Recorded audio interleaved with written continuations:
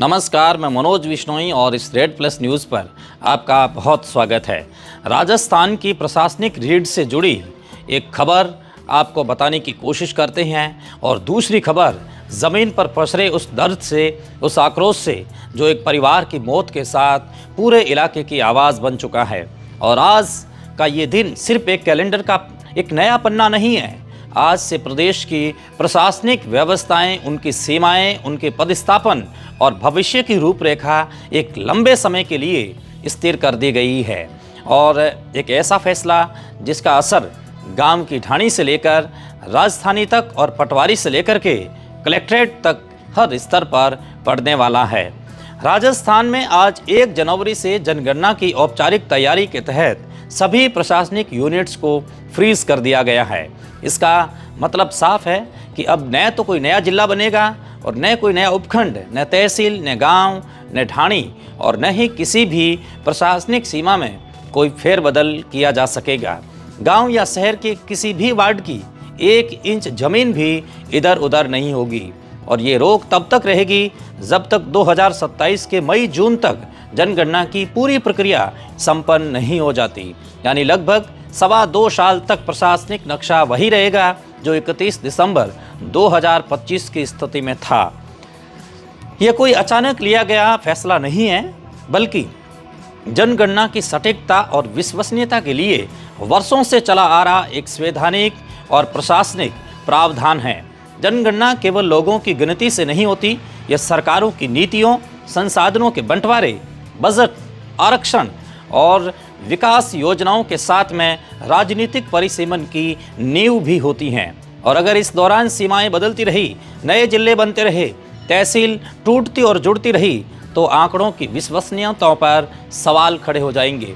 और इसी वजह से पूरे राजस्थान की प्रशासनिक यूनिट्स को एक निश्चित समय के लिए स्थिर कर दिया गया है। नए साल के साथ इसका दूसरा बड़ा असर ये हुआ कि लाखों अफसरों और कर्मचारियों के ट्रांसफरों पर भी अगले करीब 1.25 साल तक लगभग पूर्ण विराम लग गया है। कलेक्टर, एसडीएम, तहसीलदार, शहरी निकायों के आयुक्त, शिक्षक, पटवारी, ग्राम सेवक और आंगनवाड़ी से जुड़े कार्मिक जो कभी भी किसी भी रूप में जनगणना की प्रक्रिया से जुड़े होंगे, उनके तबादले सामान्य परिस्थितियों में नहीं हो सकेंगे। केवल असाधारण परिस्थितियों में ही उनके ट्रांसफ़र संभव है और उसके लिए भी उच्च स्तर की अनुमति अनिवार्य होगी। फरवरी से जनगणना से जुड़े अफसरों और कर्मचारियों की ट्रेनिंग का दौर शुरू हो जाएगा। ये कोई छोटा ऑपरेशन नहीं है। करीब 2 लाख से ज़्यादा अफसर और कर्मचारी इस महायज्ञ में लगाए जाएंगे। घर घर जाकर जानकारी जुटाने के लिए लगभग 1,60,000 प्रगणक मैदान में होंगे और इनके ऊपर निगरानी और उनके समन्वय के लिए 30 से 40,000 सुपरवाइज़र और अन्य अधिकारी तैनात किए जाएंगे। और ये प्रगणक औसतन 150 घरों तक जाएगा हर दिन के लिए। हर परिवार, हर सदस्य, हर बसावट के सूचीबद्ध को तैयार करेगा और इसके पहले 2 से 3 महीने तक सिर्फ तैयारी, मैपिंग और जो मास्टर प्लान, उनकी ट्रेनिंग, डेटा के क्रॉस चेक का काम चलेगा। जनगणना के लिए प्रदेश के सभी गांवों, ढाणियों और बसावटों की सूची पहले से ही फाइनल कर ली गई है। जिले, तहसील, गांव और बसावटों के नामों को हिंदी और अंग्रेजी की उनकी स्पेलिंग तक की बारीकी से जांच की गई है ताकि कहीं कोई भ्रम न रहे। हर जिले की अलग जनगणना हैंडबुक तैयार की गई है। यानी प्रशासनिक मशीनरी पूरी तरीके से एक मिशन मोड में आ चुकी हैं। और ये रोक किसी एक सरकार या अधिकारी का फैसला नहीं है, बल्कि पूरे सिस्टम का एक अनिवार्य पड़ाव भी है। लेकिन अब आते हैं आज की दूसरी बड़ी खबर पर, जो सीधे बाड़मेर की ज़मीन से उठी हैं, जिसमें प्रशासन, कंपनियों, राजनीति और आम आदमी अब आमने सामने खड़े दिखाई देते हैं। और बाड़मेर में कई दिनों से अलग अलग तरीके से प्रदर्शन हो रहे हैं। बाड़मेर जिले के शिव थाना इलाके के पाबू नगर में एक सड़क हादसे ने एक युवक की जान ले ली और इसके बाद जो हुआ उसने पूरे इलाके में आक्रोश की एक आग भड़का दी। बुधवार रात पाबू नगर निवासी युवक बाइक से शिव की ओर अपने गांव की तरफ लौट रहे थे। रास्ते में लखा गांव से शिव की ओर आ रही एक कंपनी में लगी बोलेरो गाड़ी ने उसे जोरदार तरीके से टक्कर मार दी। टक्कर इतनी भीषण थी कि युवक के दोनों पैर टूट गए और वह गंभीर रूप से घायल भी हो गया।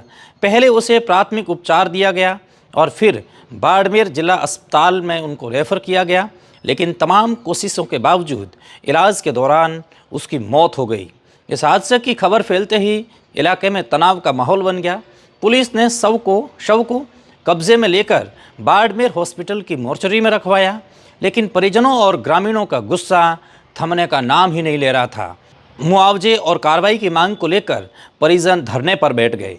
देखते ही देखते घटना स्थल और धरना स्थल पर आसपास के गांवों से लोगों की एक भीड़ जमा हो गई। ग्रामीणों का आरोप सिर्फ एक हादसे तक सीमित नहीं था। उनका कहना था कि इस मार्ग से कंपनी के भारी और लोडिंग वाहन लगातार गुजरते हैं। इन वाहनों में 25 से 30 जो श्रमिकों को ठूंस ठूंस करके बिठाया जाता है। वाहन बड़ी स्पीड में चलते हैं और सुरक्षा मानकों की खुलेआम धज्जियां उड़ाई जाती हैं।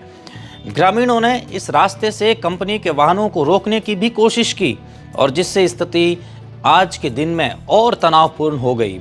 घटना की सूचना जैसे ही मिली तो राजनीति भी एकदम सक्रिय हो गई। भाजपा नेता स्वरूप सिंह खारा मौके पर पहुंचे। पुलिस थाना अधिकारी ने ग्रामीणों से समझाइश की और किसी तरह वाहनों की आवाजाही है वो बहाल कराई, लेकिन आक्रोश शांत नहीं हुआ। इसके बाद मुआवजे को लेकर चल रहे धरने में शिव विधायक रविंद्र सिंह भाटी भी पहुंचे। दोनों जनप्रतिनिधियों ने पीड़ित परिवार और ग्रामीणों की बात सुनी और फिर कंपनी के अधिकारियों के साथ एक लंबी विस्तृत वार्ता भी शुरू हुई। ये वार्ता आसान नहीं थी। एक तरफ एक परिवार का एक नुकसान था जिसको कोई भरपाई नहीं कर सकता, दूसरी तरफ ग्रामीणों का वर्षों से दबा हुआ गुस्सा, तीसरी तरफ कंपनी प्रबंधन की जिम्मेदारी और आखिर कई दौर की बातचीत के बाद एक सहमति बनी। सहमति यह बनी कि कंपनी के प्रबंधन ने पीड़ित परिवार को 35 लाख रुपए की आर्थिक सहायता देने की हाँ या हामी जताई और इसके साथ परिवार के एक सदस्य को संविदा पर नौकरी देने का आश्वासन भी दिया गया। इतना ही नहीं, CSR फंड से अतिरिक्त आर्थिक सहायता देने और भविष्य में ऐसी घटनाओं की पुनरावृत्ति न हो इसके लिए अति आवश्यक कदम उठाने का भरोसा भी दिया गया।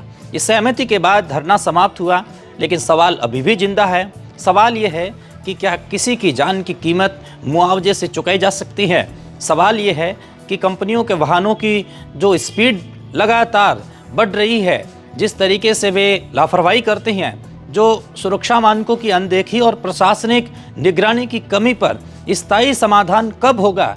यही सवाल आज आपके और हमारे दिमाग में गूंज रहा है। सवाल यह भी है कि हर हादसे के बाद आंदोलन, धरना, समझौता, मुआवजा क्यों रास्ता बनता है?